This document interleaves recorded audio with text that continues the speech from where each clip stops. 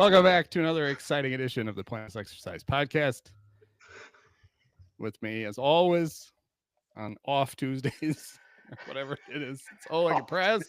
Hey, Guys had never seen the extensive production value of the Open. You know, you only hear the song, you don't actually see all the visuals that go with it. I was gonna say that's a sweet like music video that kind of brings us in there.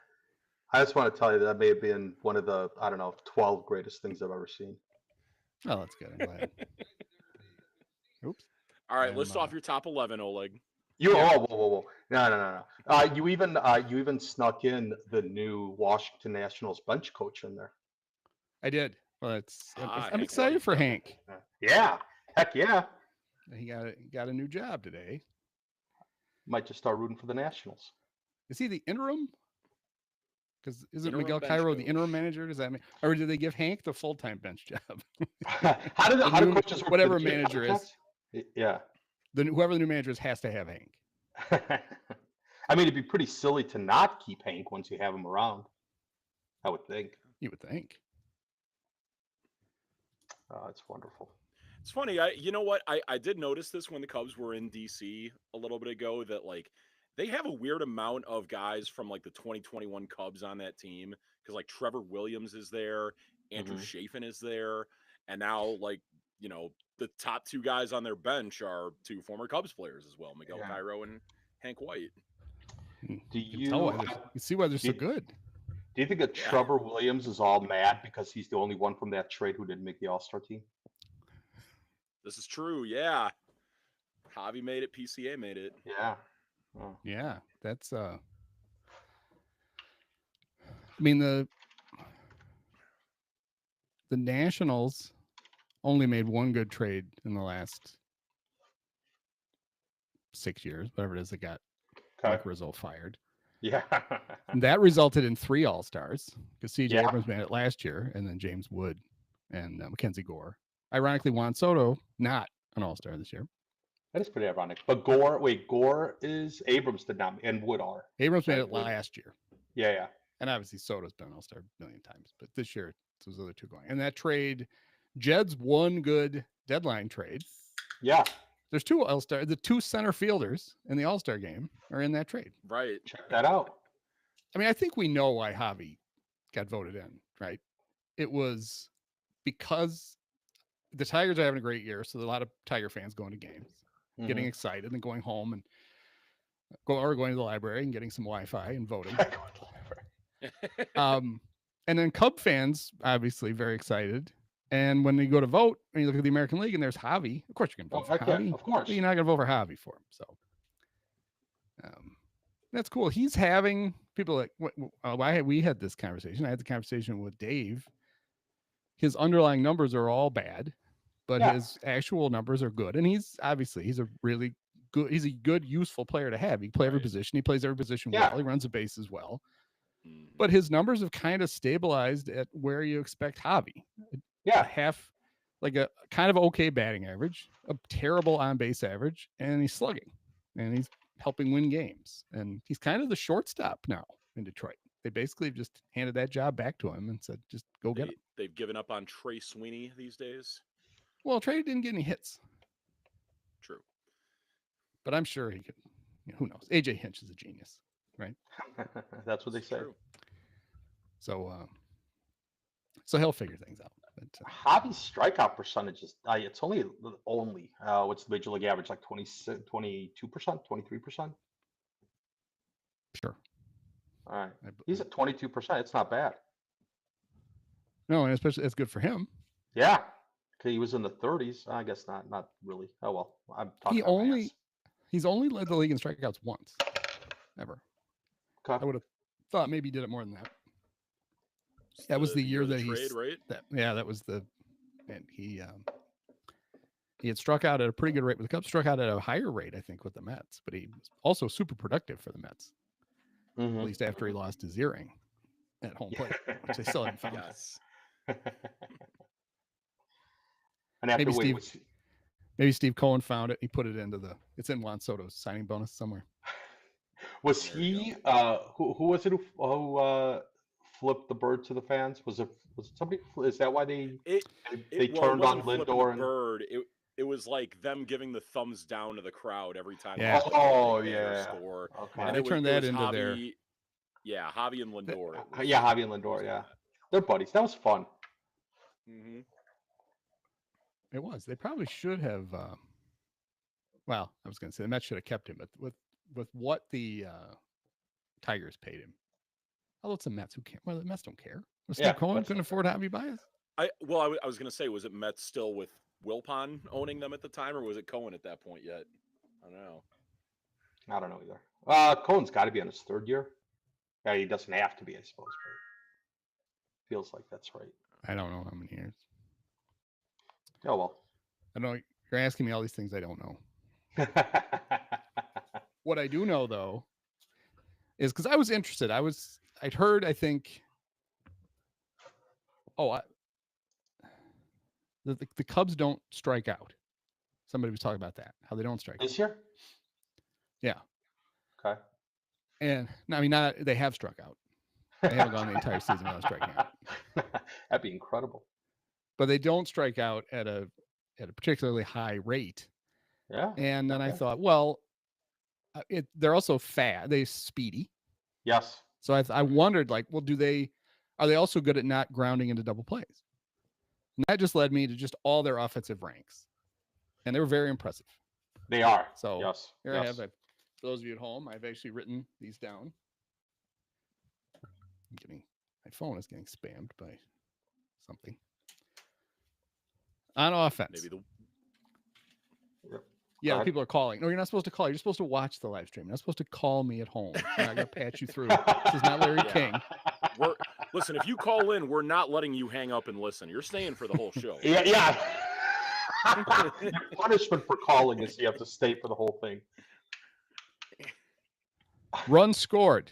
The Cubs second in the National League. Only the Dodgers have scored more runs. Yep. Doubles. They are tied for first. They've hit 158 doubles.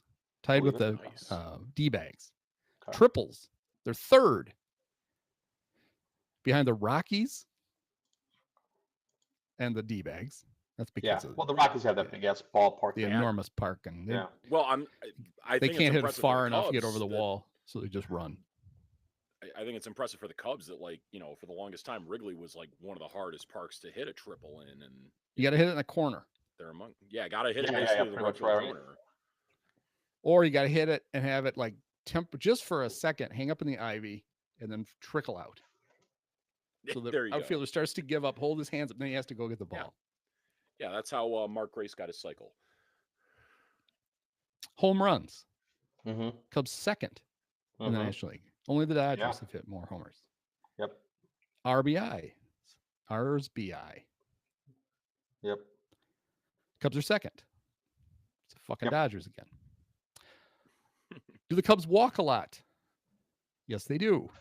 Fourth most in the National League. Only the Dodgers, the D-bags, and the Giants have walked more than them.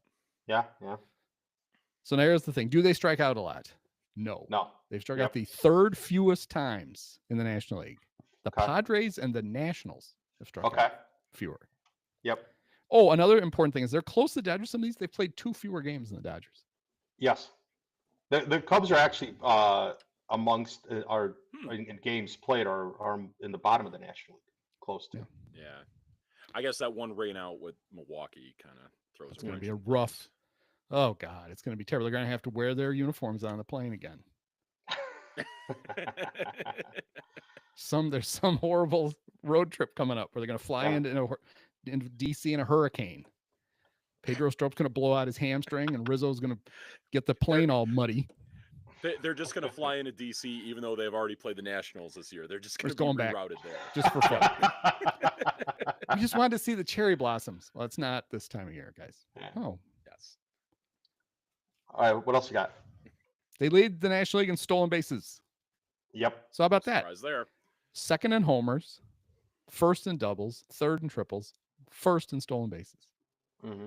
But I bet they get caught stealing a lot, right? Mm-mm.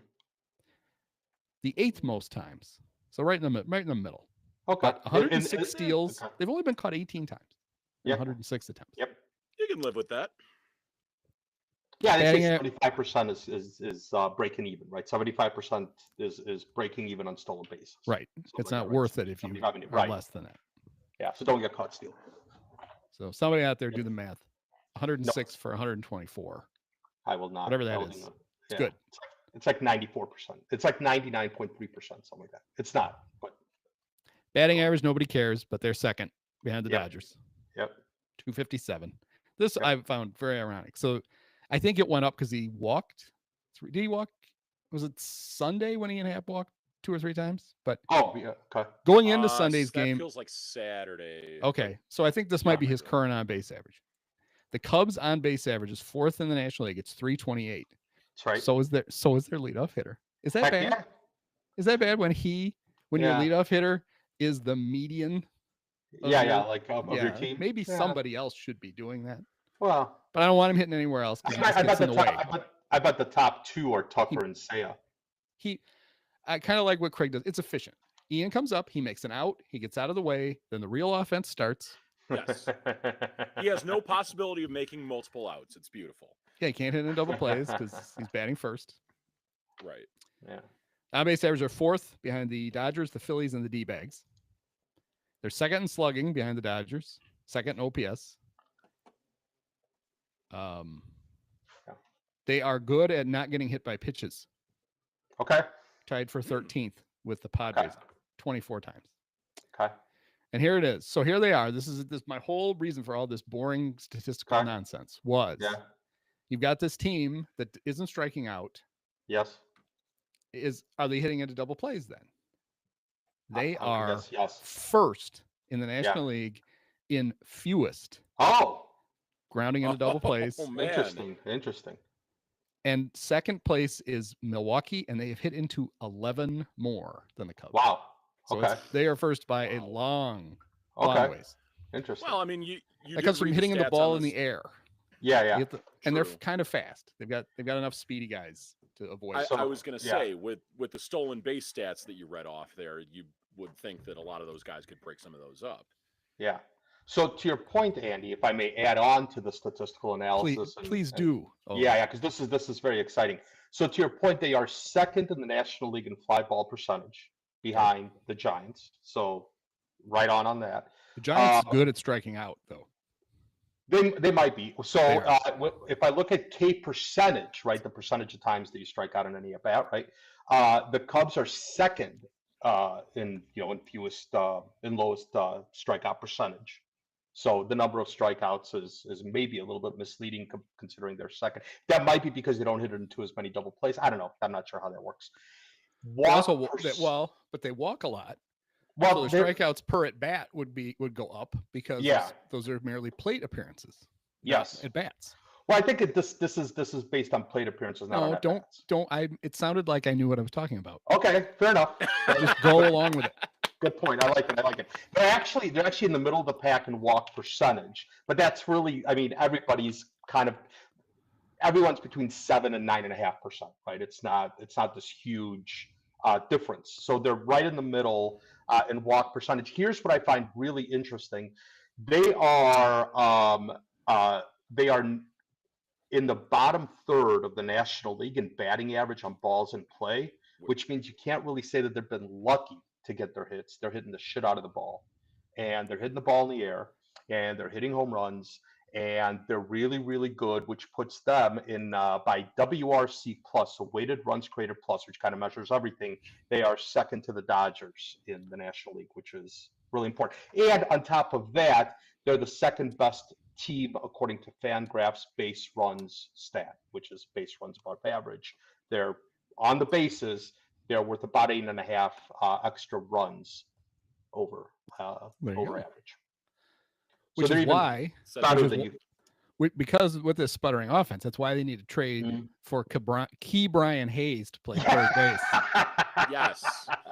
Yeah, I'm sure that'll be a real upgrade over Matt Shaw at third. That really is a hedge. Unless, I will say this, I know that front offices get a little weird about the stuff because they think they can fix players. So the only way that would work, because I mean, every team has done it. Every team finds the guy the diamond in the rough, and they kind of go out and they kind of fix them a little bit. You can certainly make the argument the Cubs have done that with guys like Brad Keller, whatever, right? Like whatever it is, it is. If there is that chance, okay, because he does have some talent. He has hit before when he was a rookie. He wasn't too bad, probably maybe in the second year. He hit for half of the COVID season. Yeah, he came up on September 1st. Okay. Hit a double and a homer against the Cubs, of course. Okay. And he had great stats for that month. Yeah. And he's only had in all those other years, he's had one year where he was league average. Okay. He's all not. Right. Yeah. He hasn't hit in the big leagues really. Yeah, I haven't looked it up too deeply, but I was kind of puzzled by that because the Cubs defense is really good anyway. In fact, and that's the other thing that I was going to mention. When you look at the defensive WAR on Fangraphs, they're third in the National League, behind Milwaukee and St. Louis. But that's what I'm saying. Like the Cubs are probably even better. I think that the one and I've certainly criticized Judd before, but one thing that he's done really well, and he's done it before. I think he learned it from Theo, especially in 2016, is he's got the right pitchers and the right defense put together. So they're really good up the middle. He's got ground ball pitchers. They're a really good defensive team, and he's got the right pitching to do that. You don't really need to pay for strikeouts or for an exorbitant amount of strikeouts when you've got a good defensive team like they do, and that is he deserves credit for that. I'm going to give all that credit to Carter Hawkins. Fine. And then I'm going to encourage the Nationals to reward him by hiring him to be their president of baseball operations. All right. I like it. I like it. Perfect. Yeah. Like even with Shota, right? Who's I think infamously gives up a lot of fly balls. But he gives up a lot of soft contact. And even with him, it's like he's just the right pitcher for that defense, and it's wonderful. You don't have to overpay for strikeouts when you have the right defense. So there is just a little bit of credit for the front office. Yeah, they just make sure the wind's blowing in when Shota's pitching, and there it's at. I did the rankings for pitching. It's not quite as exciting. They're middle of the pack in a lot of them, but they are tied for 9th in complete games with 0. Let's go. Seven teams in the National League don't have a complete game. They have, however, thrown 10 shutouts. Okay, which is second. Yeah. Okay. Behind the Padres, they're tied. Okay. With Pittsburgh and St. Louis, they all have 10.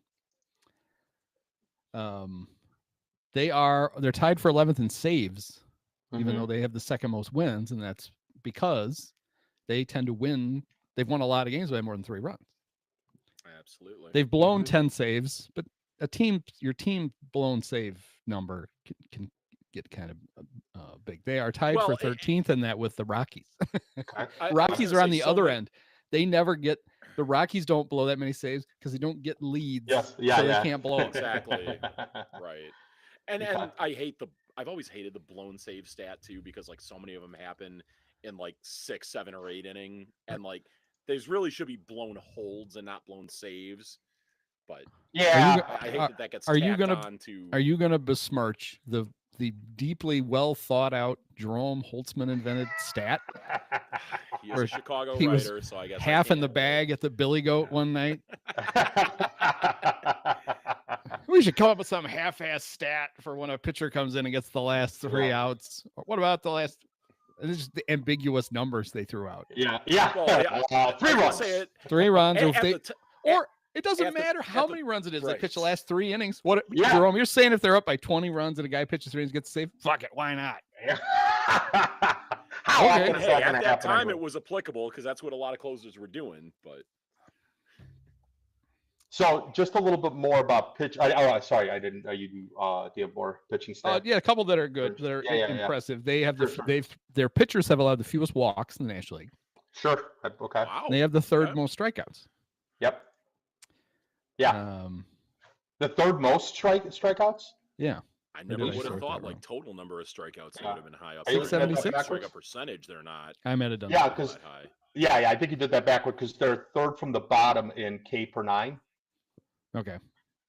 Which it's got to be 3rd from the bottom because I've got they're behind Colorado and St. Louis. Yes, exactly. Now that's also like to Ooh, and the White I don't know Sox. whether it was your point or to my point. I only did the I do- National League. Yeah, it's National I League. gotcha. Praz, stay with the game here. So what I'm saying is, Sorry. I'm kidding. That's what's kind of impressive about it, right? They don't strike out a lot of guys. They're actually also giving up some home runs. They're well, I guess not. They're still in the bottom third-ish They're in 10th. home runs per nine. Yeah, but the Dodgers are below them in home runs per nine. So that's not all that big of a deal if you're not walking anybody and you're not giving up base hits, which is what's happening, because they're also fourth in batting average on balls in play from a pitcher standpoint, which kind of points probably to a really good defense.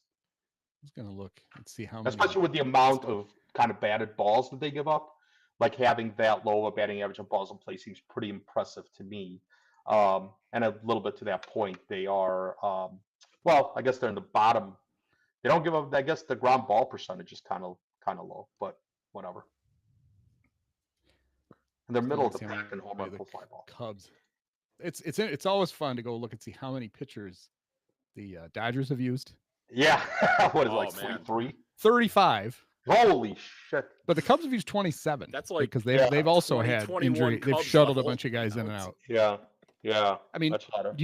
That includes John Birdie, the 27. Oh yeah. Okay, fair and enough. of course the great Brooks Kriske, who pitched a third of an inning. Yeah. Okay. Who? Michael Fulmer, who showed up for 2 days. That's right. And Yeah, made the St. mistake Louis. of getting guys out and then got DFA'd. I guess we remember everybody else. Yeah, the Ethan pitching is kind of Roberts. like Tom Cosgrove. Do you remember the Tom Cosgrove yeah, experience? of course. Do you remember the jam that Gavin Hollowell got out of against the Dodgers at Wrigley? Yeah. Then he immediately got sent down. So the pitching hasn't been that great. The bullpen, it was very strange watching the Apple TV broadcast, and them talking about how the Cubs bullpen has actually saved them, because you can't help but think back to April, and some of the bad games, especially the Giants game. But it's really interesting that the Cubs bullpen has been really, really good. Yeah, I think it helped That's that they came up with an imaginary injury for Eli Morgan and his 12.27 ERA. That didn't hurt.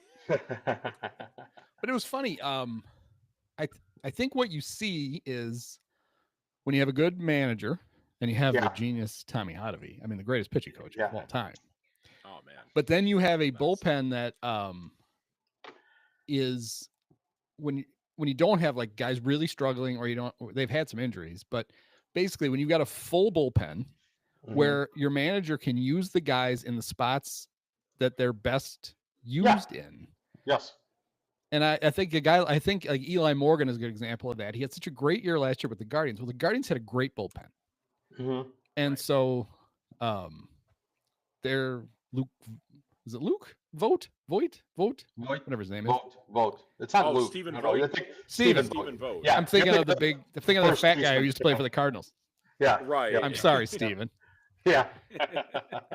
But like that bullpen was really good, and everybody was slotted into their spot, and you could pick matchups for Eli Morgan, guys who he could get out. And all of a sudden, when shit starts to go bad, and you've got to throw these guys out against hitters, like, oh God, well, that's when bullpens spiral out of control. Yeah. And Craig, for the most part, has been able to use these guys when he wants, when it makes sense. And I think a good example of that was when they rehabilitated Ryan Presley. And it wasn't just they were pitching him earlier in games. There was a good stretch there where he was pitching usually to the 7th, 8th, and 9th batters. Sure. Like Counsell wasn't just finding a low leverage inning for him. He was finding the guy, the ass end of the lineup to try to get Presley some outs to get him. But I mean, we know the most important thing was Ian Happ wrote a scouting report for him. This is true. Yes. I'm so glad that we're broadcasting live, because the love in your eyes when you said Ian Happ was fucking story. Palpable. Everyone can Boog see has the told disgust for Ian Happ. Yeah. Boog has told that story 10 times. It's like, just who gives a shit? Right. To be fair, I think you're underestimating the amount of downtime that happens in a baseball game for the poor announcers. Yeah, Exactly. Hap fill. actually wrote it in left field. He's out there going, "Who's up?" He's not gonna hit it over here. All right, now let's see. When you're behind the count, Ryan, you technically. He snuck over to the wall and just like spoke to him through the bullpen. Hey, Ryan, keep it on the ground. Not behind him. No, he was writing it on he would write parts of it on a baseball and throw it to bleacher Jeff. There you go. And then he would put them together and then give them back. And then every once in a while he'd tape like 100 to it and chuck it to him. They'd buy a round of beers for people in the bleachers. Well, $100 would buy like 3 beers for people in the bleachers, but you know what I mean. Yeah, this is true. Oh man. But yeah, but the pitching's been good enough. Ben Brown, I think, kind of skews the stats a little bit. Maybe they've had it's Colin Ray and Matt Boyd have Bat Boyd sort of. He goes by Matthew. Boyd. Yeah, he goes by I looked at his name. It says Matthew, and I thought that I'd say that. Anyway, I think that they've sort of saved a little bit of the rotation, all things considered. They certainly need more pitching, but it's a good team. And when you score 10 runs, I'm sure that they lead the league in 10-run games. They right? do, because whenever they do it, Marquis puts the number. It's like 16 or something. I don't know. If you want, this is where I kind of busted out some of the stats. All right. All right. Let's get it. So I went and looked. I mean, I didn't see specifically 10 runs per game, but I did go and look that the number for them where they're undefeated is whenever they score 8+ runs, 22-0, 7+ runs, 29-4, 6+ runs, 34-7, 5+ runs, they're 39-8. When they score exactly 4 runs, that's the first number you get to where they have an under 500 record because they're 4-5 when scoring 4 runs, but 4+ runs, 43-13. So, that makes up for it. They actually have a better record when scoring 3 runs than they do when scoring 4 exactly runs. 3 runs. All right. Yeah, exactly 3 runs. They're 5-3. Okay. So interesting. 3 or more runs scored for the Cubs. They're 48-16 this year. Well, they should just do that. Okay. Exactly. I mean, hey, they're just scored 3 runs every night. They've only allowed 2 so far. That's all they're going to allow. I do. That is pretty interesting. I wonder what the league average is at each of those milestones, right? Like I'm probably or anything what's the league average ERA? Probably 4.5, 5 maybe, right? I think for this year it's like a shade over 4, like 4.1 or something like that. Oh, that's it? Yeah. Oh, that's interesting. Because hitting is way down this year as far as averages go. Sort of. Right? Sort of I mean, they're certainly scoring fewer runs than they did. The home runs are a little bit depressed, right? Because they're talking about the ball being kind of dead and stuff. Right. But there are 4.06 is league average ERA. 4.06. Okay. All right. Well, that's a lot lower than I thought it was. All right. Fair enough. So I wonder what the record is. So the record's probably 500. Anybody scoring 4 runs, it's probably pretty close to 500 or a little bit below if the ERA is 4.06. Right. The average ERA. So that's not bad. All things considered, the Cubs are they just have more games where they score a ton of runs, and so therefore they win. That might have been the most profound thing I've ever said. When you score a ton of runs, you win. Just like funny how that the stats I unearthed yesterday were that your thing about the Tigers. Yes, that they have had a lead in every single game that they've won. What a concept! I don't quite think that's what that guy was saying, but yeah. No, he wasn't. But I was just being a smartass. I also said because he had a real stat. And I was like, oh, I just wanted to sound like Mr. Smart Guy. Yes. He also said they've also trailed in every one of their losses. Yeah, I wasn't. I don't remember what his stat was. That was immaterial to me. I just thought it was funny. And he's probably like, look at this asshole. Jesus. Right. Our team, I don't know what is the blue sky version of retweet? I think it's just reposting.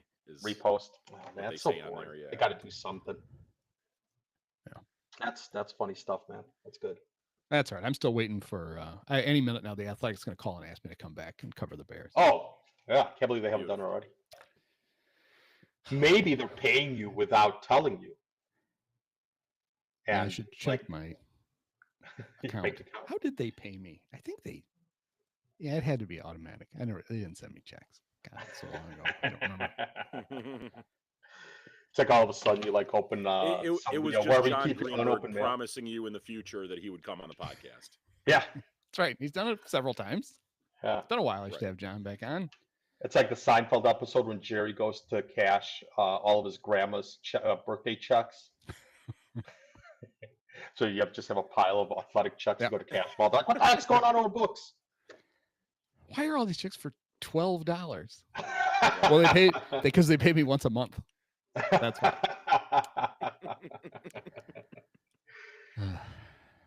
That's pretty funny. I had my 401k place, like my employer, like I took out a 401k loan. Doesn't matter why, I paid it all back right away. But my employer kept sending the payments to them, and they kept sending me the refunds in a check. And so I got this letter from them, like, "Hey, you haven't cashed one of these checks. What's going on?" So I called them, like, "Oh, there's a chance that we've already sent it to the Illinois, like, property claims or whatever it is." Yeah. Like, get the hell out of here! You kids, like 6 months ago. Like, what the fuck?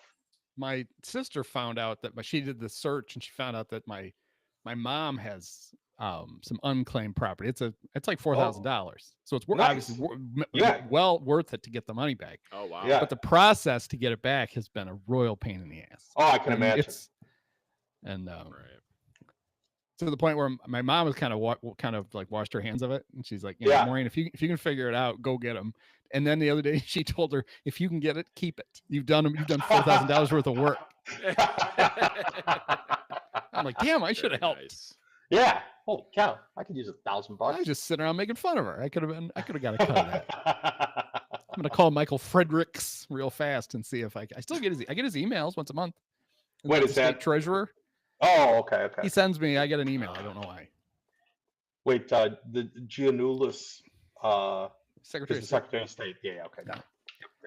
Yeah, but I refuse. Jesse White is still my secretary. He's my secretary. Damn right. Damn it. I've never gone to see the Alexi Giannoulis tumblers. Yeah, this is true. That was fun, man. When I was a kid, I used to like get excited when that would happen. Speaking of, did you hear what happened to that? Is it Red Panda? What was her name? Yeah, she fell and broke her wrist. The NBA halftime shows. Yeah. Jeez. Went off on a wheelchair. Yeah, something like that, right? Oh. See, it kind of sounds like you had a Cub doctor there to check her out. I fell on my wrist. I think I broke it. We better get the wheelchair. What? It's my arm. Oh, man. Why do I have to put on a gown to get an x-ray of my wrist? Do you remember I think it was Mother's Day? It was 2003. I know that. Cubs were playing the Cardinals, and it was torrential downpour. They should not have been playing. And Eli Marrero was playing right field for the Cardinals. Okay. And he was chasing a fly ball, and he fell down and hurt himself. And they went out, and he couldn't like, they were going to have to help him off the field. And the Cubs took out this. It wasn't a stretcher and it wasn't a wheelchair. It was like a combination of the two. It was the dumbest looking thing ever. And Eli had to sit. He looked like he was sitting on it, not in it. And he's just kind of like, and they're just like pushing him through the water on the way back to the dugout. It's like the chairs like at like the airport for like older people if they're having basically some sort of health distress or something like that. Yeah. Okay. But a few months later, when Aesop cracked his head on the ground, brought the ambulance up. Drove that right on the field. Yeah, the whole and seen that since they tried to scoop up Y.A. Tittle in the championship game, and he wouldn't let him. Y.A. Tittle. Remember that? Well, you don't remember it. We weren't. Yeah. I wasn't around. You weren't around. I definitely seen videos of it. 1953, 63, 63. Oh, 63. Yeah. No, he didn't get. But he there's that when the Bears. I don't know. It was an interception. Something. The game. Yeah. The Giants turned the ball over, and that was going to be it. And I don't know if Doug Atkins or somebody took YA's head off. And there's, he's an old bald man, and he's on his knees, his helmet's knocked off, and he's bleeding like he cut above his eyes. Yeah. He's got blood running down his face. Gotta look this up. I used to have, I still might somewhere, I have an audio, like the radio recording of that game. Jack Brickhouse? I don't think it was Jack. It was a national. It had to be. Well, I don't know if it was national. I don't think it was Jack. Oh, I'm sure Facenda, Brickhouse. maybe? John If Facenda Brickhouse or- wasn't doing the game, he was sitting close enough in the press box trying to get picked up on the microphone by whoever the national guy was. Jack, shut up. What? Jack and Cup sitting around. It's It was what- quite what's an interesting. It was an interesting time for media in Chicago. Irv Cupson doing Bear games. was he It'd be like having Mark Giangreco and Janet Davies doing the Bears now. Actually, it would be better than having Joniak. Oh man, I would love if Gene Greco did the game. Gene Greco called me Doug Flutie once. Have them smooch each No, other after every touchdown. That'd be pretty sweet. All right, Janet. Jeez, how old are they now? They got to be in their 70s now. Yeah. Still dry. Still half in the bag. It'd be great. Man. Can't have him do baseball games though, because you know, like was it Harry that said he kisses her he kisses her on the strikes and she kisses him on the balls. there were this couple like snuggling. He kisses her on the strikes and she kisses him on the balls.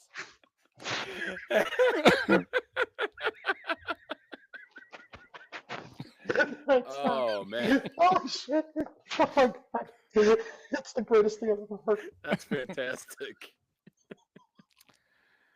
Oh Jesus. Keep it. That's Try gonna to keep take it you a minute. classy. Holy shit! That's gonna take a minute. Oh man, that's good stuff. That's good stuff. So- I forgot we were live. We were on YouTube for a second. Oh, Well, you know, that's good stuff. the All-Star teams were announced over the weekend, and so They we were? have What to talk happened? about, we have to talk about snubs. Oh, Cubs, the Cubs got their two starting outfielders. Two yeah. of their outfielders starting in the National League. I don't know why Hap didn't make it. Well, 3-time Gold Glover. Don't they know right, that? Gold Don't they Glover. know Just that he's make it won up. 3 Gold Gloves in a row? Yeah, Don't they want to win? They should just make it on merit alone. Exactly. on merit alone. But the biggest snub in the National Mhm. League, I had to Coulson be Kelly? Seiya Suzuki, right? Yeah. 25 homers, 77 RBIs. Yeah. I'd Um, argue Bush a little bit more, but I can see where you're coming from with Well- Seiya, just because like DH is a little more loaded. Yeah, the Bush thing, I'm going to absolve the fans because he didn't really like he does it weird ways, right? Like he gets super hot. He did it early in the year, and now he's been on an extended heater. But most of it happened like after the voting ended. It's his own damn fault. Yeah, that's Oh, But yeah. he could have. He certainly, and the player voting was over too. But they could have figured out how to get him on there. But I came up with a way to get Seiya on the team. Typically, as we get closer to the weekend, a few players are going to beg off, right? They're like, I don't want to go. Oh, my leg hurts, right. whatever. But Chris Sale is out. Yes. He broke his bird Saw bones. He that. broke his ribs. Yep. Shohei's a pitcher now, right? He's pitching. Well, he is. Yeah. Yeah. So Oh, you just slide Shohei into the Yeah, pitcher slot there's- for Sale, I see. and Yeah. I Seiya like this. I Seiya can like be the this. DH. There's not a chance. No, I know, but it would work. It would. It would. That'd be great. What they should do is they should just have John Birdie be the other pitcher. Wait, I don't know how that would. Do Open you spot for Seiya. want the American League to score like 2 runs in an inning? His appearance bothered me, not because like strategically it was fine. Although, how about this for a vote of confidence for Jordan Wicks? Okay. Yeah. They had a bullpen game on a day that was actually an extra day rest for him. He wasn't one of the guys that pitched out of the bullpen. He didn't Yeah, pitch in I the think- bullpen game. Yeah. But because they had that bullpen game coming up on Friday, Council's like, shit, we're gonna use everybody tomorrow. So he brings Birdie, and that's fine. What I don't like, and I get there's actually like a strategy to this, to throw. You're either if you can throw like below like Yes. batting practice speed, Yeah. it's really hard for big leaguers to hit you. Like if you Right. throw batting practice speed, they're just gonna tune you up. They're gonna Yeah, just yeah. keep bashing Yep. balls out there. So you either have to legitimately pitch, Yeah. try to get yeah. them out, Yes. kind of like I think Kike tries to actually pitch. Yes. Yeah. Yeah. Or you need to Yeah, like throw, but Birdie was doing this like everything was a fucking eephus pitch. Yeah. It was Well, that's all you can everything. throw. It was very uncomfortable to was- watch. Like like, Henry this Rowengartner sucks. in that This last is supposed to be at-bat against the fun. Mets guy. This sucks. Yeah. Well, and on top of that, like the umpire was just calling strikes that clearly. Yeah, after a weren't while, strikes. after the first few, he's Yeah. like, "That's close enough." It's like, right. Because it's where he was calling it where come the on, catcher game's caught it. over. 'Cause We there got was to get such- out of here. Yeah. If I may, Seiya is clearly the biggest Cubs snub, but if I may make a case, Carson Kelly deserves to be an All-Star also. Is he not? No. No, he. That's right. He's Because not the Colorado well, happens to have a pretty good catcher and the lone exactly representative. because of the one All-Star per team Right. rule. Yeah. Okay. But I don't know, like, why do they limit it to 32 players? Like, why not just have 40? Who cares? Well, isn't Carson's been around long enough? Couldn't he have been the legend pick instead of Clayton Kershaw? Right. Exactly. Because Clayton's just an extra guy tacked onto the roster. He's not. He's the Yeah. 33rd guy. He didn't and actually take a honestly- spot. And honestly, what has Clayton Kershaw done lately? I mean, he struck out Vinny Capra. Who hasn't struck out Vinny Capra? He's been writing on Pride Night. He's been writing. He's been Yeah. writing- that too. anti-gay, interpreted anti-gay biblical verses onto his hat. That's what Right. Yeah. He's a lot of super fun. What a guy. That's like 80% of ball players, though. Whatever. Yes. Oh yeah. It's. I mean, what was it? Jason Adam wouldn't wear the rainbow. Yeah. That's Yeah, why former I Cub still Jason call it Adam. his don't say gay fastball. That's his big pitch. His don't say. You can't hit my don't say gay fastball.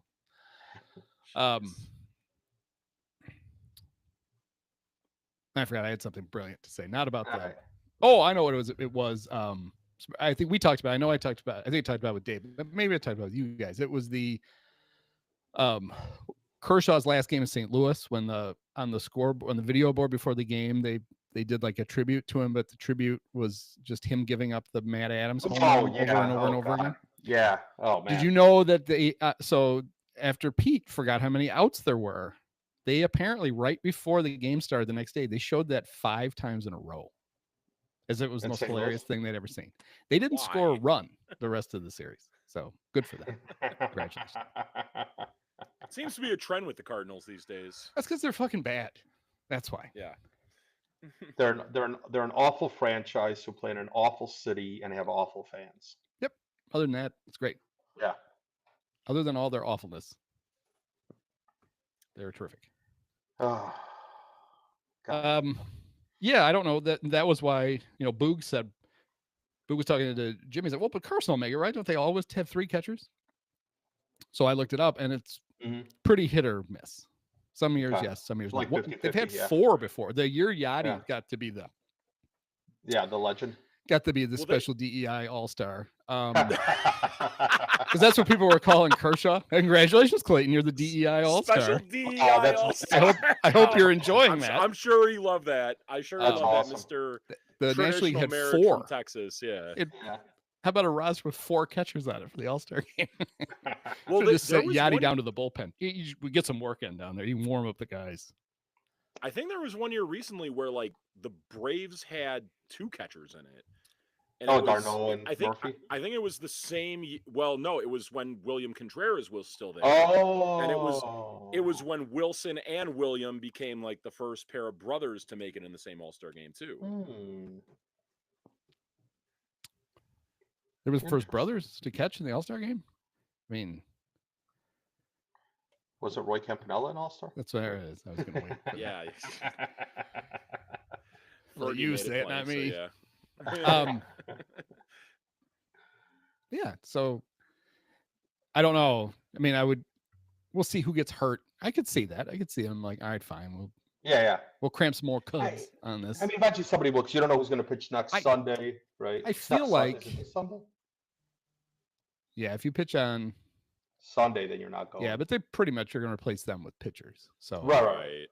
Well, that would be Shota as of right now, though. It won't be Boyd. Well, He did make it. There might be. I mean, Daniel Palencia's been good.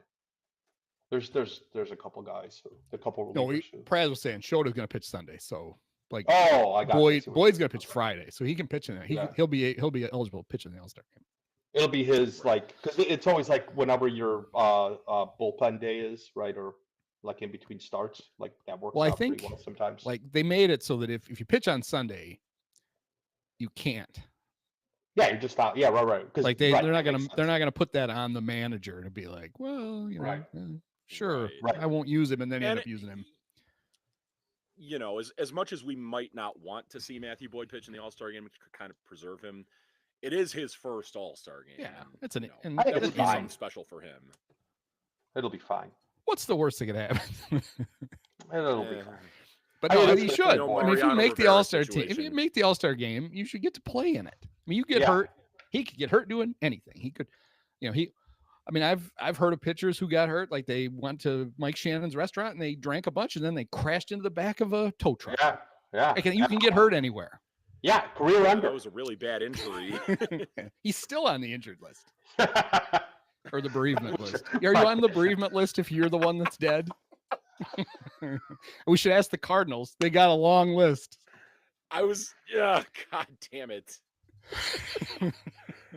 Oh my God. We just lost all our listeners. We probably didn't have any anyway. Whoa. We lost all the St. Louis, all our Cardinal fans. Yeah, They don't want to listen. I mean, frankly, you can get hurt just being in a hotel room. You can, yeah. This is true. Like just hanging out in a hotel room. It's still so that maybe I briefly told the Joe Girardi All-Star story again in the thing when I was writing about the catchers. It absolutely cracks me up that they as much as admitted that he made the All-Star game in 2000. He makes it because he doesn't get picked, but Mike Piazza gets hit in the head by Roger Clemens on the Sunday game and isn't going to play in the All-Star game. And so on Monday, they're frantically calling around to find another catcher for the National League. And Joe was the one who answered the phone. Out of all the guys they called, Joe Girardi's like, hello? Can you get to the airport, get to Atlanta? Yes. And he got to be an All-Star.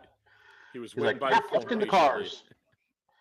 It was, like that I think it was his best year as a Cub, which isn't saying much, but it wasn't like I think in 01 he was pretty. So bad. I remember like first half stats was pretty damn good. I think he hit 270 that year for the whole season. Yeah, he had 278, 339, 375. So it's fine. It didn't look For sure. Oh, and it was 01 he was okay. It was 02 he was terrible. Hey, you know what? He came through. Was in a 02 great was that when he moment had to make the was that when he had to make the I announcement? was just going to on say the field? that. He Never came through in a recovered great from that. moment in 02 of announcing the death of some anonymous Cardinal player without naming his name and then having it be real awkward. Do the Wait, was it- Cardinals still hang Darryl Kyle's uniform in the dugout? Is it still up there? They did it That's a in good question. 04. They still had it up. It's like, guys, Did they really? yeah.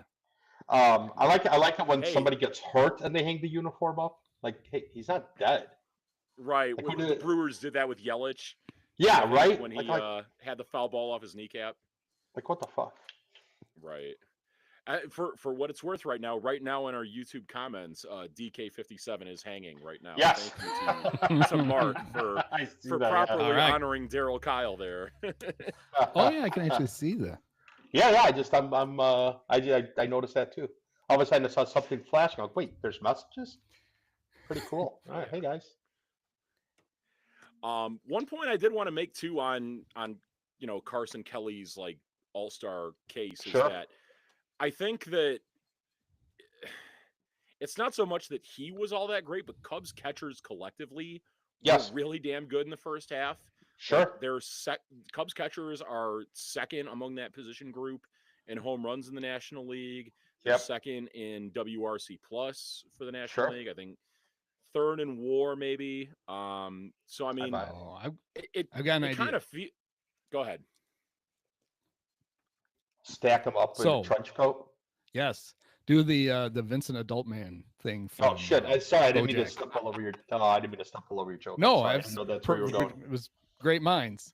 Oh, I don't. What is Amaya hurt is what? He probably needs to be the top, right? He Oblique. probably shouldn't be the base. 'cause he Yeah. hurt. Yeah, get him on top. oh, don't say that anymore. He should probably. You be want to the put top. Is that Reese? something that- You'd like to put Reese somewhere where his hands aren't free. I would think. Yeah, well, at the bottom. Oh, I So see. he needs to be the no. bottom. Yeah. Yeah. Or no? bottom- Do you bottom want of it? the legs? Wait a minute. So with Reese, do we want to? Maybe we need to see his hands. Wait. So that no, you want him in the middle, because then the neck of the bottom guy blocks out him accessing his Johnson and everything. So there you go. How great would it be now?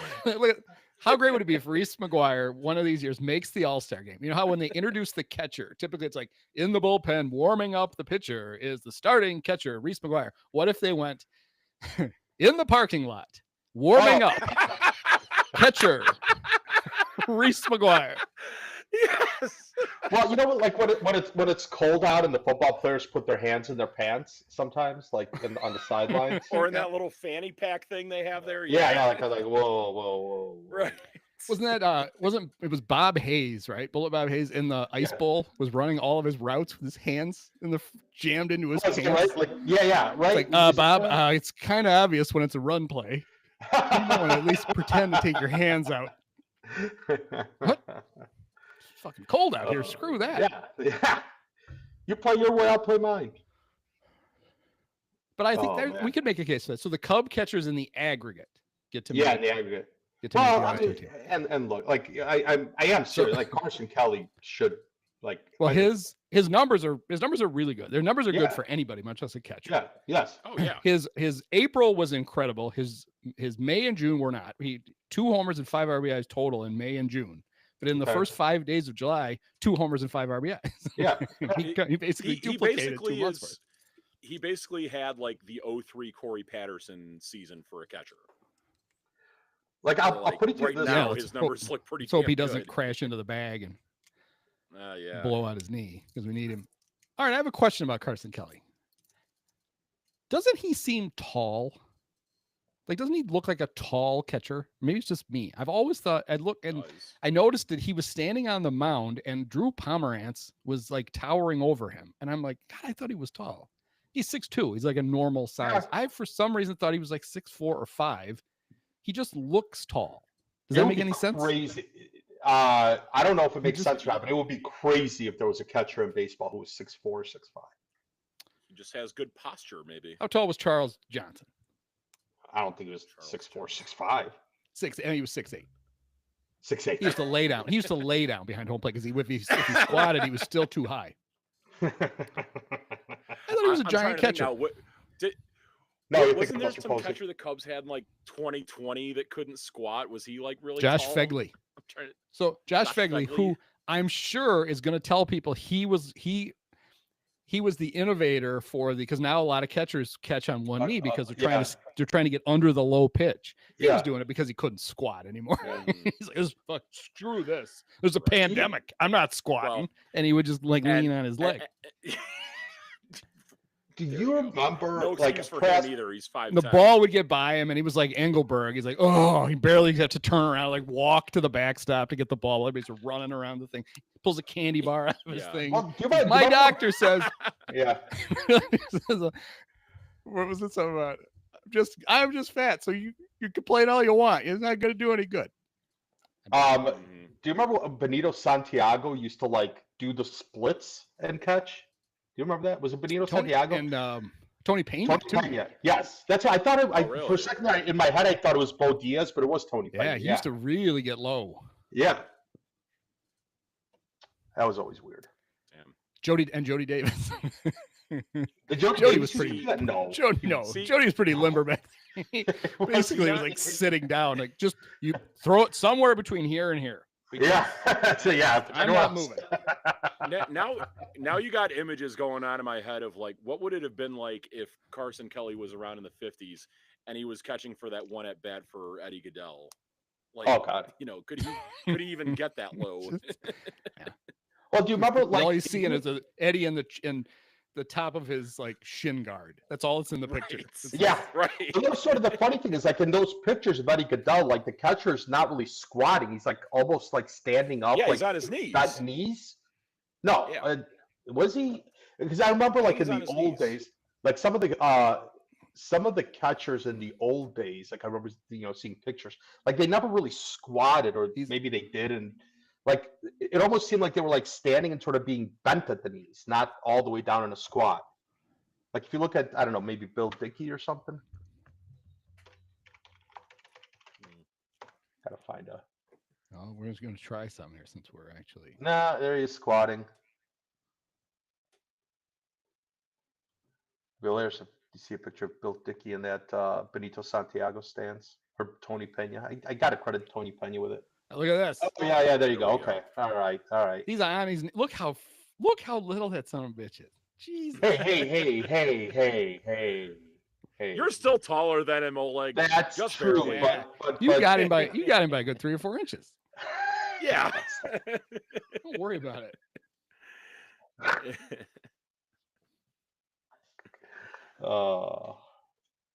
With friends like you. That was pretty cool. How if we're because we're live on YouTube, you can do that. That's pretty neat. Yeah. It's all of a sudden it's completely worth it. Yeah, just for that. Nice. Yeah, I'm So completely full of shit. I can't find any pictures of anything. Our close personal friend Dave Kaplan was he got out of the cryo tank. Looked like he went outside. Yes. Shot a little video where he's been calling around. Yes, Calling around I all saw sorts, that. not media types. He wanted to point out. I'm not just talking to media guys. I'm talking to actual baseball sources. I've been calling peanut vendors at different minor league parks. I know a guy who handles the parking at Arrowhead Stadium, which is actually right across the parking lot from where the Royals play. So he's anyway. He was talking about all of his contacts, and he had his Cubs wish list. Mm-hmm. I thought he was shooting a little low. His so Seth Lugo, who is having a nice year for the Royals. Yeah. Well, and he also finished second in the Cy Young voting last year.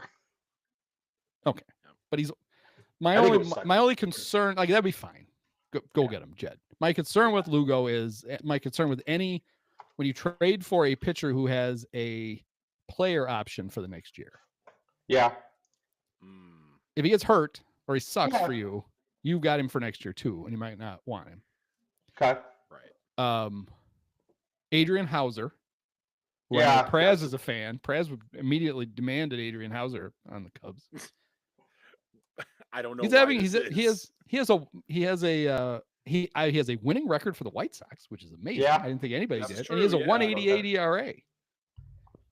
We'll ignore the 6 ERA he had last year, but it's this year. It's not last year. Okay, to that point, I did bring this up on the other podcast I do, Bums in the Bleachers, Chicago Sports Bums, that it does confuse me, not confuse me, but it does fascinate me a little bit that the White Sox have all these like former Brewers pitchers while they're still in the same town as the Cubs. And I wonder if they did it to try to like entice Craig a little bit to say like, hey, Adrian Hauser worked for you in Milwaukee, Bryce Wilson worked for you in Milwaukee, Do you think or maybe it was this, maybe those Brewer pitchers rented places in Chicago. I'm like, hey, Craig, I'm in town. I want to pitch for the Cubs. And Craig's like, fuck that. You go play for the. I had enough of you. You go play for the White Sox. No. I getting back on track. I do like. I really do like the idea of Seth Lugo though. I couldn't care less about his option next year. If he picks it up, fine. Who gives a shit? If he's gone, he's gone. Like it's about here and now. And I love the idea of Seth Lugo on the Cubs. From what I've seen on Baseball Savant, Seth Lugo's curveball is not the same as it was in previous years. Seth Lugo is the kind of pitcher. Yeah. So I do like the idea of Mitch Keller, although I'm not sure that Keller is all that better than Lugo. I actually don't think he's better than Lugo at all. But he's younger. He is younger. Here's the other thing, and I thought this, and of course Frank pointed out the one guy who writes on the comments on the newsletter. Yeah. Shout out Fork. One of the reasons to shoot for if you can, for younger pitchers you're going to add on is that there isn't anything coming. Like, yes. All right. Maybe the great Jackson Wiggins, who spells his name with an X, which worries me just because he can't spell. There are no spelling bees in Major League Baseball. It's fine. He can spell however he wants. Mm-hmm. That really you'd be getting a trade for now, but you also, it's not like you don't need these guys for the next few years. I agree. But here's my thing. The rotation next year, the rotation from this year is pretty much coming back next year. Plus, you hope Steele is. I mean, it's a big hope, but you hope Steele is. I don't give a shit about next year right now as we stand. Like, go get what you have to get in order to make a run. Like, just do it. And if that means Seth Lugo and you take the chance and him picking up some $16 or $20 million option next year, who gives a shit? The Cubs can afford it. Just go get the best pitcher you can get, and I think Seth Lugo is probably there. I don't want to mortgage the future. I mean, what if they trade one? What if they trade one of those 10 future Hall of Famers they have? Yeah, I mean, they already traded one future Hall of Famer to get Tucker, and another two future Hall of Famers to get Busch. In the there you go. Yes, Jackson Ferris. Yes. So that nobody will ever shut up about on Twitter. It looked well. If you like Zaire Hope, the Dodgers are very likely to use him to get something this year. Yeah. So you can get him back if you wanted him. Right. What do the Dodgers need? Well, they need pitching because it's all on the injured list. But they knew that when they got him. I mean, that was kind of, I think, the point of the Dodgers. They wanted the best quality 120 innings per starter that they could get. Now it'll be a little bit fewer than 120 innings per starter. But Snell, if he gives them 80 innings in the second half, and if Glasnow gives them 80 more innings in the second half, that's ace. That's 168 innings of ace material. Yeah, if those if their most important guys are healthy in the second half and in the playoffs, they're in good shape. Yeah. But there's no certainty for that. No, of course. What gives like the Phillies and the Cubs hope that But that's I think that even if one of those guys comes back, you've got a puncher's chance at him in the playoffs, which is what you want. And that's I think that's the point that so I think that's the point of the like if you're a big market team, injuries just happen. Injuries are going to happen, so you cover for it by just simply signing 8 awesome pitchers, and you just get what you can out of them on a per inning basis. They're going to be elite, and then you go.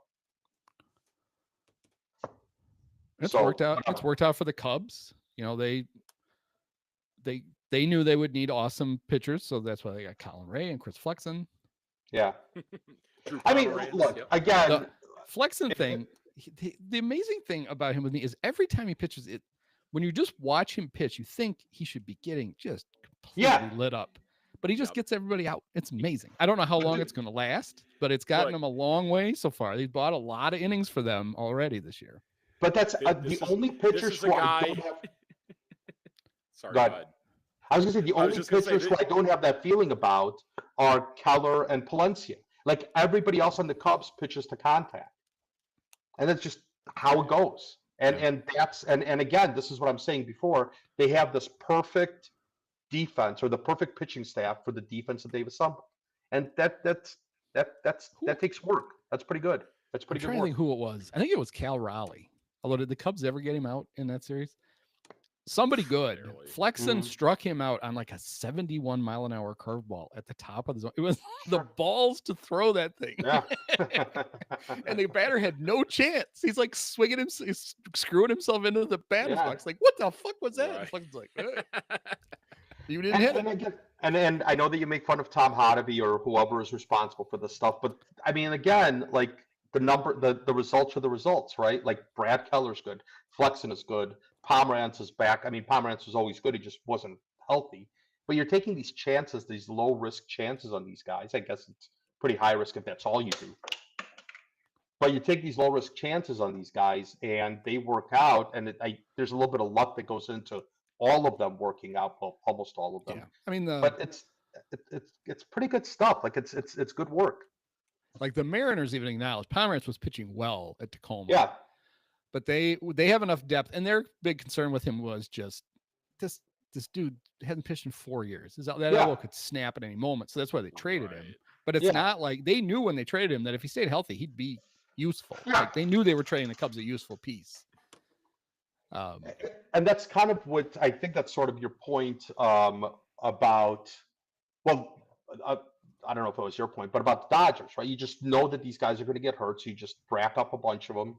And then you go, and that's kind of what the Cubs did. And you made this point on a podcast a couple weeks ago.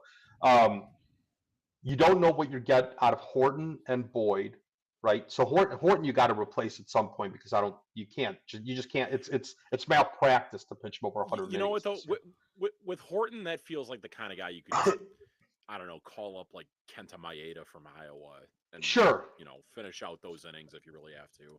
Yeah, I'd but like you to want somebody see. good.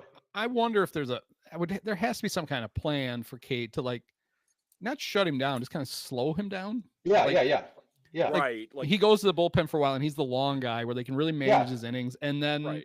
they get to September and then they can start to go again. But you don't, Yes. they don't send it. To me, it's a waste of time. Send him to Iowa. Right, I agree. Well, you can, but you don't have enough good arms to just be like, okay, we're just going to park him in Iowa where you can manage his innings in Chicago. And then have especially him, now that Tyone is on the IL, like you're kind of short in rotation. I mean, you're so you kind of Well, you need to make up the innings, right? You have, what do you have left? Probably about 700 innings for the rest of the year, right? You have 72 games left, whatever, right? About 650, 680 innings, wow, whatever you have. Hit it right on the dot. Yeah, they played 90 games, 72. Yeah, good man. Okay. Well, I was looking at it earlier when I said, when we looked at games played. But the point being is that you got to make up those innings somehow. It doesn't really matter how you do it, but you need quality innings. And so if it's not going to be Horton, you got to replace them with somebody. And I don't know if it's going to be Maeda or, you hope you go out and trade for 2 starters. But you just sort of got to make up those innings and still have something left for the playoffs. Yeah. So, I mean, Cap did it. I did it. It's always like when you're trying to figure out who they're going to trade for, you're like, or you find 2 like guys you would plug in the rotation and feel good about it. Reality is, with this many teams looking for pitching, you're probably going to get one guy that you're comfortable with, and another guy you're just going to be like, this guy's got to eat innings. I mean, yeah. And because we need to get the outs. We have a lead. We can score runs. We don't need, but we've got to somebody's got to help us get to the finish line. And I have a feeling you're going to get one pitcher you think you want to pitch in the playoffs, and one he's just in there to try to push you into that. Yeah. And part of the hope is the last 100 innings that you have to cover of the year, you don't really have to worry about all that much because you've already clinched things, right? So hopefully the last couple of weeks, I don't know if it's going to be the last couple of weeks, maybe even the last week of the season, you don't really have to cover those innings. So you might be okay there. It's, 80 innings or whatever it is. And then and so you got 600 innings you got to do something with. And, that's, you could do it. You could do it. What's Dan Herron up to these days? How old Steve Traxel? Do we bring Traxel back for a 3rd time? Yeah. What about Anthony Young? Where's Anthony Young? They should. There should be like you have to have like in September. Your rosters expand. You can bring up other players, but you have to balance it out with a legacy player. You have to go get somebody. Hey, you know what? Angels probably going to be sellers. Kyle Hendricks, come back home. Kyle Hendricks. What kind of year? I haven't looked at his numbers. Is he having a good year? Like up and down, like a little bit better than last year, we'll say. God, I got to tell you, man, I guess I never quite realized that the Royals were having this bad of a year. I'm just excited. I'm excited at the prospect of getting Seth Lugo. I know. For sure. So Kyle is 5-6, 4.68 ERA, 94 hits and 92 innings, 62 strikeouts, 23 walks. That's Kyle. He's basically having a later career Kyle Hendricks good year. His same 6 strikeouts per inning this year and last year. Walks are down a little bit. Home runs are up just a tick. Hits are down a little bit. So I know that he's from South California, right? He's from down there, so it'd be tough to ask him to move back to Chicago. Beach, yep. Man, fuck it. Got to get some innings. Got to get some innings. I think if you called, he'd come back. I don't think he'd be crushed if the Angels said we're trading you back to the Cubs for the last 2 months of the season. I don't think he'd have a problem. I do, to your point, I do hope that they aim higher, but you need innings. But what? At that point, they didn't give his number away, did they? They some awkward conversations. I'm thinking he was running 28. The guys, I got to save it so they can retire it for Cal Daniels and Kyle together. That emotional joint retirement. That'll be fun. Well, you brought up Seth Lugo. There's another name on the Royals that often when Dave Brown is on this podcast, this name gets brought up. But the guy I'd really like is Chris Bubich. He's younger. He's been all right. He's has pretty similar numbers to Lugo, and like this year. Yes, this year so far. I want to say last year he was like kind of used more like I don't know, like an in-between role, like a kind of Mike Montgomery-ish role. Yeah. Sure. Like starting or leaving, but like he was kind of bouncing back between. Sure. But now he's exclusively starting, and I want to say he's like got a really good ground ball rate, got a really good strikeout rate. He'd be under control for another 2 years beyond this one. Yeah. I mean, but I think it also another spot in the rotation if Steele is out for extended period of time next year. So there's two things I like what you're thinking, but there's two things about that I would say. One is that he doesn't have the same track record that Lugo does. This is now Lugo's probably third, pretty, I don't know if you could call it excellent, but a really like all-star caliber year, right? He was really good with the Padres. Last year with the Royals, he was second in the Cy Young, and now this year's having another pretty good year. He was kind of off a little bit at the beginning of the year. This is really Bubich's first really good year. And to your point, maybe he's never gotten a shot before, but he's got a little bit of that. If I remember right, he was I don't know if he was like a top pick, but he was, I think, a first or second round pick or something. Like he came with a pedigree. I could be wrong about that. Double check my my talking for my ass. But if the Cubs trade for Bubich, then I want them to also trade for. So my two favorite pitchers in the playoffs last year were Chris Bubich and Jose Butto. So they got to call the Mets. And I want Bubich and Butto. Yeah, okay. You know what would be amazing is if at some point they get Javier Assad back, he makes a start. Javier Assad and Jose Butto comes in to relieve for him. Chris That'd be great. And Bubich. And then Bubich to close it out. Yeah. Oh God, I'm dying to. Is there anybody with Chest in their name? Matt Chesterton. Chester Lemon. Well, Chet Lemon. Chet Lemon's first. Let's get didn't who's the love lady that love lady, yeah. He finally went to Dickey. Dickey too. Yes. Is he really his Dickey love there lady? We go. Get all the weird name guys. Holy cow. So if the Cubs traded for Chet Lemon, it would be, I think I'd question it because he died in May. So that could that could be rough. His price went way down though when he died. Asking price, get him for a song from the Tigers still. They probably have his rights. Do you think that do you think that Jerry's still paying him? So Steve Phillips on July 1st on MLB Network because he was the GM when they basically redid Bobby Bonilla's contract. Mm-hmm. And that's why, they the famous deferred money where Bobby Bo is still getting paid every July 1st, gets a check from the Mets. So the story was that the Mets the Wilpons owned the Mets obviously at the time, and they were talking to Steve about trying to free up some. They were talking about ways he could free up some payroll for whatever season they were in. And they came to him with this genius idea. They're like, well, we've got our, the guy we invest our money with, he gets an incredible return on stuff. Yeah. And so what about, could we approach Bobby and we could take they took like $10 million and basically said they were going to invest it. And then and so Bobby ends up getting paid for like, what is it? Like $2 million a year for like 16 years. 1.6, like 30, 1.9, something like that. Yeah. He gets like $32 million out of it. And of course the guy they were investing with was Bernie Madoff. Yeah. Oh, God, and as Steve said, hey, they're pretty much paid real. They're basically paying like real market money every year for that money because obviously it didn't happen. It didn't work out. But the interesting thing about that also is that they're also paying like that. It's also based on an interest rate that Bob Bonilla gets, right? So it was like they were trying to play that margin game where they would make slightly more on the money than Bonilla would in order for him to take this as a deferred. Like, well, we'll pay you interest also. So on top of not only are they paying the market rates, but they're also probably paying above market rates because they still theoretically are paying this interest rate to them. Whoops. Yeah.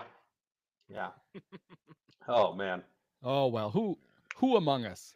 Hey. Yeah, hasn't lost money in a Ponzi scheme. it probably turned out to be a good thing for the Mets. That may have, led to them selling to Steve Cohen at that point. Yeah. Oh, there's no doubt that the Madoff thing, because that was just part of it. I mean, the Wilpons had so much of their personal fortune wrapped up with him, and they lost it. And it is why they eventually had to sell the Mets.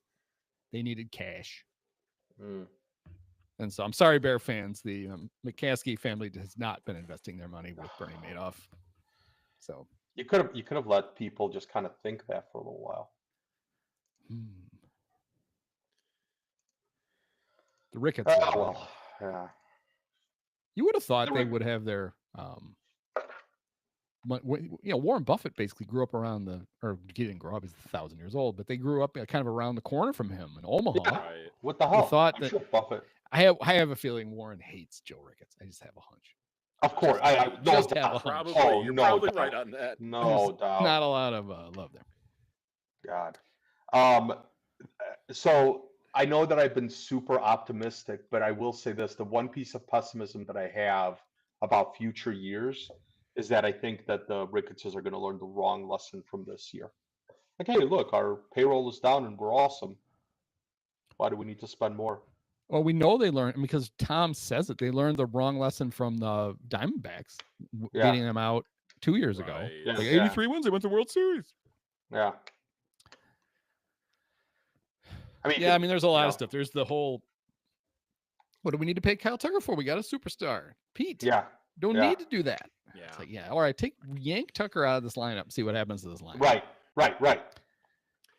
It is not a coincidence that it's all the shit fell together. It was this thing I'd been, big brains like me had been saying for a long time. Jed built complementary pieces without a star to be the fulcrum, and now he got one, and all of a sudden the offense goes boom. Yeah.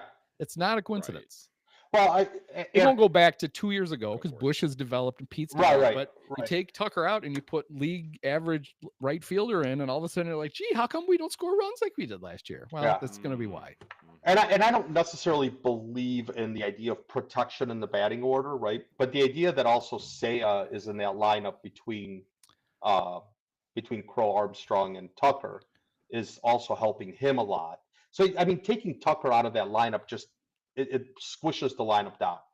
Yeah. Right. Having Tucker in there extends the lineup. You're just better. You're a good team. You're right. But yeah, that's the biggest thing he does. It just makes. Yeah. And you're not just lengthening it with another. You're lengthening it with a great hitter. You've got him there. That's correct. Yeah. I don't know. There's a way you can look it up. Like, how many times has Seiya driven him in? It's a lot. Yeah, I bet. So part of the reason why he's got 77 RBIs is that he doesn't, he's got somebody on all the time, and that helps drive those guys in. It's not your leadoff hitter is only getting on base 33% of the time. Yeah. And then, and Tucker, just his simple consistency. Like, he hasn't gone more than 2 games without a hit all year. Good. He's just so good. Funny enough, Seiya is only driven in Kyle Tucker 1 time. It does give the split on the game logs on base. Wait, what? Yeah. Ignore that. Once? Yeah. Wait, what? Wait, what are you talking about? There's no way that's true. What? No. Okay, never mind. I was looking in the wrong column. Most driven in by Kyle Tucker was once. Most driven in. I'm looking right now. Kyle Tucker. It would be Seiya driving in himself 25 times, Ian Happ 15 times, and then Kyle Tucker 14 times. So there you go. He's driven in Kyle Tucker 14 times. And that even seems really low. Holy cow. Does kind of seem low, actually. Yeah. I mean, also, how many, I don't know. I'll go down a rabbit hole by myself. But I wonder how many solo home runs does Seiya have? Or how many, I don't know. I guess there's a bunch of ways to slice and dice this. But yeah, bottom line is Kyle Tucker makes this lineup good. Right. I know that's very. I'm going out on a limb. I think the biggest shock on this whole list is that this should have gotten Seiya in the All-Star game. Seiya drove in Nicky Lopez twice. Oh, that's the most astounding feat of the first half. What's even more astounding is he did it on the same at bat.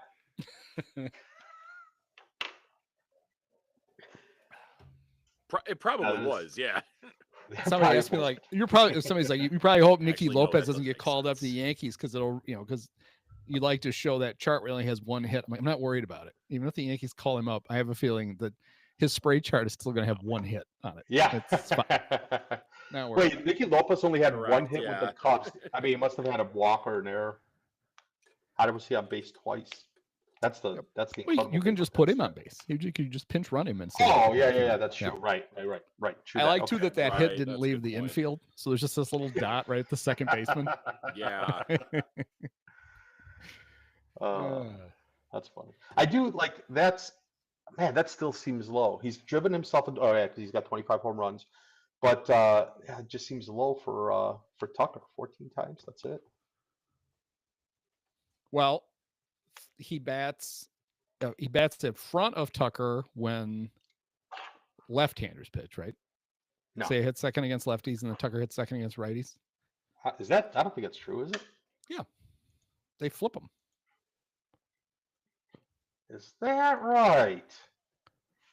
Back to Fangraphs we go. Mhm. Fangraphs Oh, it's is been lots really of good. threes, but he's got some twos in there too. 2-2, Right. 2-2. Who's Seiya? Maybe he's Alright, not doing it. alright. Maybe Craig's not doing it And- anymore. Early in the year, that's what Well, he and- did. They flipped Okay. 2-2, 3-3-3, 2-3, 3-2, 3-3-3, 2-3-2. But yeah, lately it's been all three. Okay. Yeah, He hasn't hit. He hasn't hit second now. Been a long time. By the since, way, June 4th.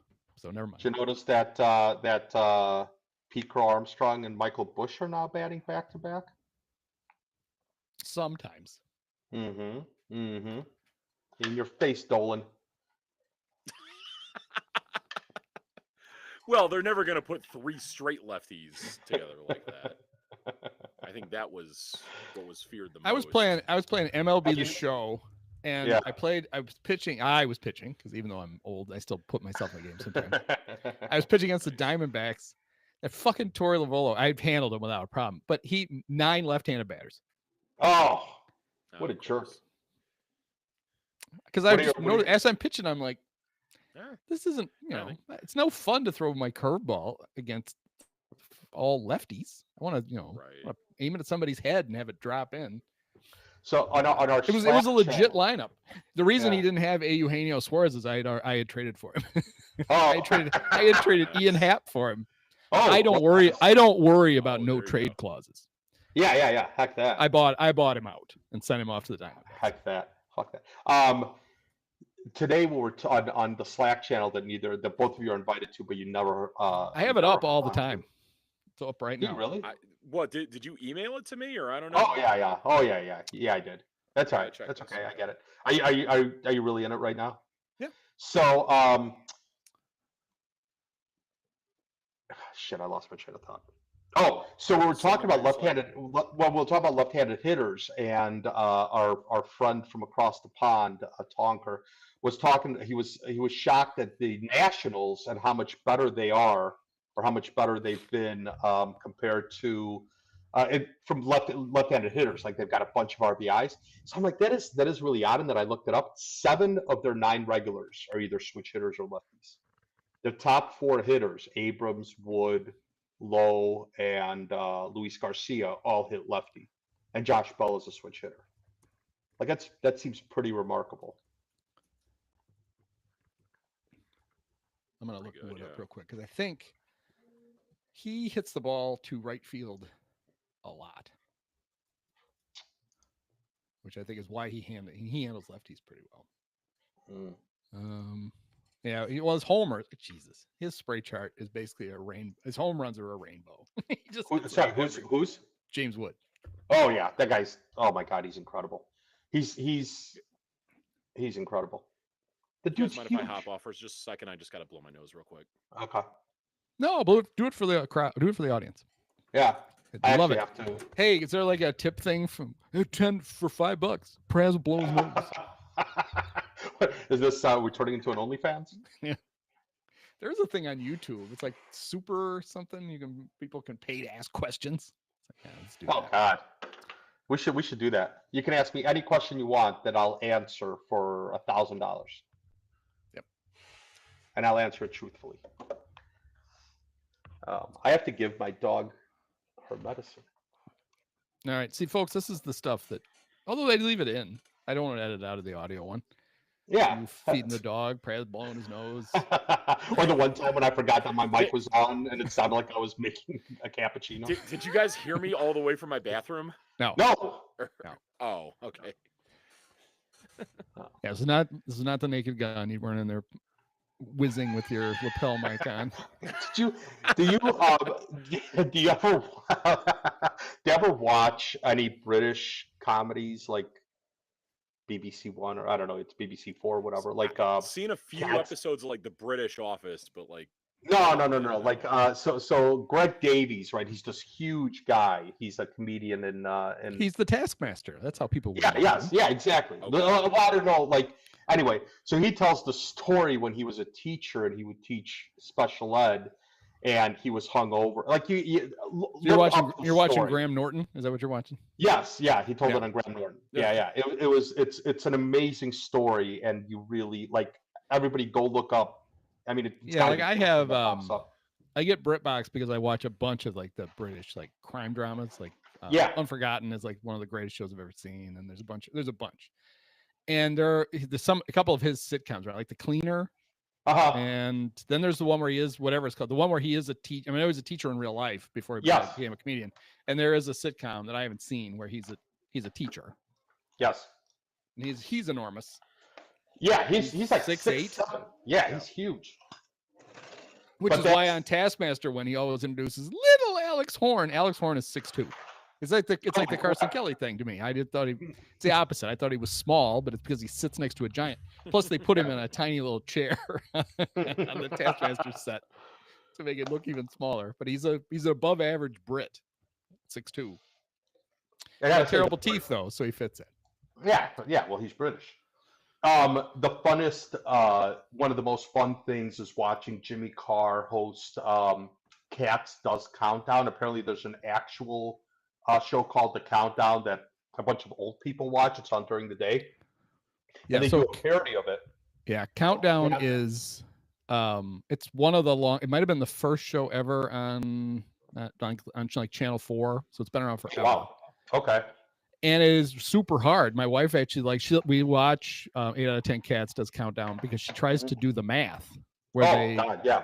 So there's word puzzles, and there's this they get a number and they have to like somehow get from one to the other, and you get 7 numbers, and you pick whether you want a large number or a small number, and then you have to figure out how to get with these numbers into like addition and multiplication. But there's hilarious things. And they have like 2 regular panelists. The guy who was the best at it died a few years ago. Yeah, Sean Locke. Sean Locke. Yeah, Sean Locke. Sean, yeah. But the other stuff, if you ever watch Real Countdown, which you can, you know, like the lady at Dictionary Corner is there. I mean, she does both shows, and so does the math girl, which is funny. They have much different hosts than Jimmy Carr. Yeah. But so what 8 out of 10 Cats is like a kind of a sketch show. Yeah. And then Countdown was this super serious, like, you know, puzzle game show, and they just mashed the 2 together. Yeah. And it is really entertaining. It's hilarious. It's really good. Sean Locke is one of the funniest people to ever live. That guy was great. There's also another good show called is it called Would I Lie to You? It's a panel show where they have like they have these 2 one of the things they do, they have 2 permanent panelists who are always on because they get good at the game, and they're, you know, and then they have a couple of others, and then they have then they'll bring like regular people on, and somebody tells a story, and you have to decide whether or not it's true or not. And it is funny because the best thing is some of the most ridiculous ones are true. You're sure they're making it up, and it's not, and then they have to explain what, you know, and that's a good show too. So this is how I discovered one of my favorite comedians, this guy named James Acaster. If you've ever there's a couple of his specials on Netflix. I couldn't recommend it. There's one where he does there's a 4-part thing that he does called I forget what it's called. But anyway, it's like 4 comedy specials, and they kind of go hand in hand. One of the most hilarious things that you'll notice is that he wear like the background, the curtain, and he'll wear the shirt that's the same color as the curtain. It's hilarious. But he's just so funny, and he's on that show, and he brings out this kid who is apparently a son of a good friend of his, because he's kind of a younger guy. He's got to be in his mid-30s by now, but he's kind of a young guy. And he tells the story about how they had this whole like prank war with James Acaster about cabbages, and it's one of the most hilarious things. Look that up also. Like it's so funny and it's so well done. And James Acaster just plays into it, and he like you can't tell whether it's true or not. And it's one of the greatest like little stories because it's just this kid, like this, I don't know, 12, 13-year-old kid maybe. It's awesome. It's good stuff. And James Acaster on Cats Does Countdown is, oh man. He comes on when he's in America, he does late night with Seth Meyers. And he's very good on that because him and Seth have a good rapport, and he will tell these, he'll be like, Seth, you won't mind me telling, and he'll say these horrible things about Seth as though he's just like the two guys, like, you won't mind me telling. There's like, I don't know about this. Yeah, hey, James Acaster, he's great. I'm trying to see what he was on season 7 of Taskmaster. It looks like. I thought, he probably been on a couple. I'm not like I only watch. Yeah, they don't bring people. They haven't yet brought anybody back, except they did after like the first 5 seasons. They did like a tournament of champions. They brought the first 5 champions back. Okay. He looks like he was on season 7, and it's really good. He was great on that show. So if you never watched Taskmaster, you can just go to YouTube, where you're probably already there right now watching us. It's just right there for you. Yeah, don't click away yet. Wait for the end of this podcast. Hang on, we only have another 3 hours to go. We're good here. Yeah, we're gonna just we're live podcasting the trade deadline. We just started way too early. Right, exactly. They still not scored. Shota gave up 2 in the first, and it's in the 8th, and it's still 2-0. Yeah. They did show, I looked up, and I don't think they did a full-blown tribute video, but they showed like Caleb Thielbar waving to Twins fans from the dugout. I just thought it would be so funny because obviously that's where he pitched his whole, like, he never pitched anywhere but Minnesota. Like, he pitched for the Twins, and then he pitched for like the St. Paul Saints when he was trying to get back to the Twins. Oh, I got you. Okay. But I think it would be funny if they did like a full-blown tribute video for the lefty specialist. Speaking of the St. Paul Saints, did you guys happen to see? So the Iowa Cubs are currently playing the St. Paul Saints, and Luke Little put like on his Instagram story like the picture from like his hotel room in St. Paul. Oh. And there were a bunch of people on Twitter speculating like, did Luke Little get called up? No, it's just. They're in the same area too. Yeah, you know who saw that? Craig Counsell saw it and goes, "Fuck that guy! No, we're not bringing him back." Right. I know. I'm probably making too much of this, but it left a real impression on me how pissed Craig was after that game in San Diego when Little walked like the ass end of the Padres lineup with Hayward and fucking who was the old White Sox? Gavin Sheets. Oh yeah, he went off, and Craig doesn't go off on guys, and Luke hasn't been back since. And there've been opportunities for them to bring him back, and so when he's in the Royal bullpen as part of the Seth Lugo trade, you'll know why he's been shipped off. Craig seems hard to piss off, but I think once you do, you're probably screwed. Yeah, like you give you a lot of rope, and as soon as you run out of rope, it's like, well, fuck you, we're done. Or maybe they're leaving him down there so they don't expose him, so they could trade him for Seth Lugo. That's what you said. When you next see him in the Royal bullpen, that you're gonna. Oh, is that what you said? Well, I just pulled a Praz. We don't have to worry about it anymore. It's not 2-0 anymore. So. Yeah. I saw that. Porter Hodge still getting some work in. Looks like. Yeah. Well. Oh well. Yeah. Watch them score exactly 3 runs in the top of the 9th here. Yeah, now they will. So, now they're freed up to do it. Yeah.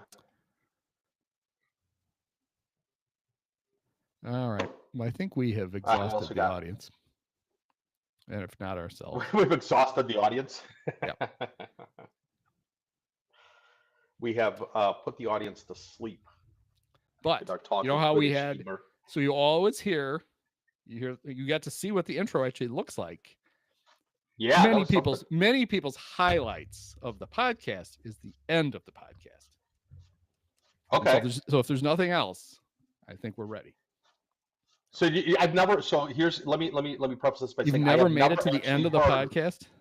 Not of ours. I've never made it to the beginning of our podcast. Oh, yeah, you don't have to listen. I've listened to all of your others. Yeah, I don't listen to my own. But you have different. Do you have different audio to start ours than you do the rest? Because remember the crap you use. It all starts the same way, but there are different clips for different. Because remember this crap starts with. I thought it was go back to Rocco, but it's some other artist. Oh no, that was Harbor Coat by R.E.M. Harbor Coat. No, yeah. I had to change the intro music for everybody because I didn't own the rights to it, and YouTube and Spotify, neither one of them liked that. Oh, so I got away with it. I told them that it was like I used it for tribute use or whatever. They didn't take the pods down, but they made it very clear to me that they would like it if I used royalty-free music at the beginning. So I got you. So that new song you heard at the beginning is the same, but the end is different for the podcast. Yeah, because I listened to the others. I don't really remember. I didn't remember. Okay. Anyway. All right. Well, thanks, guys. Thanks, all. Many of us have herpes. Post-game show is brought to you by Christ, I can't find it. The hell with it. It's fitting. It's got to be done with one of the best games of all time. Just unbelievable. I mean, got to congratulate the Dolan family. Thank you. Sean, my podcast co-host Andy, you were his favorite player growing up. Oh, thank you so much. Awesome.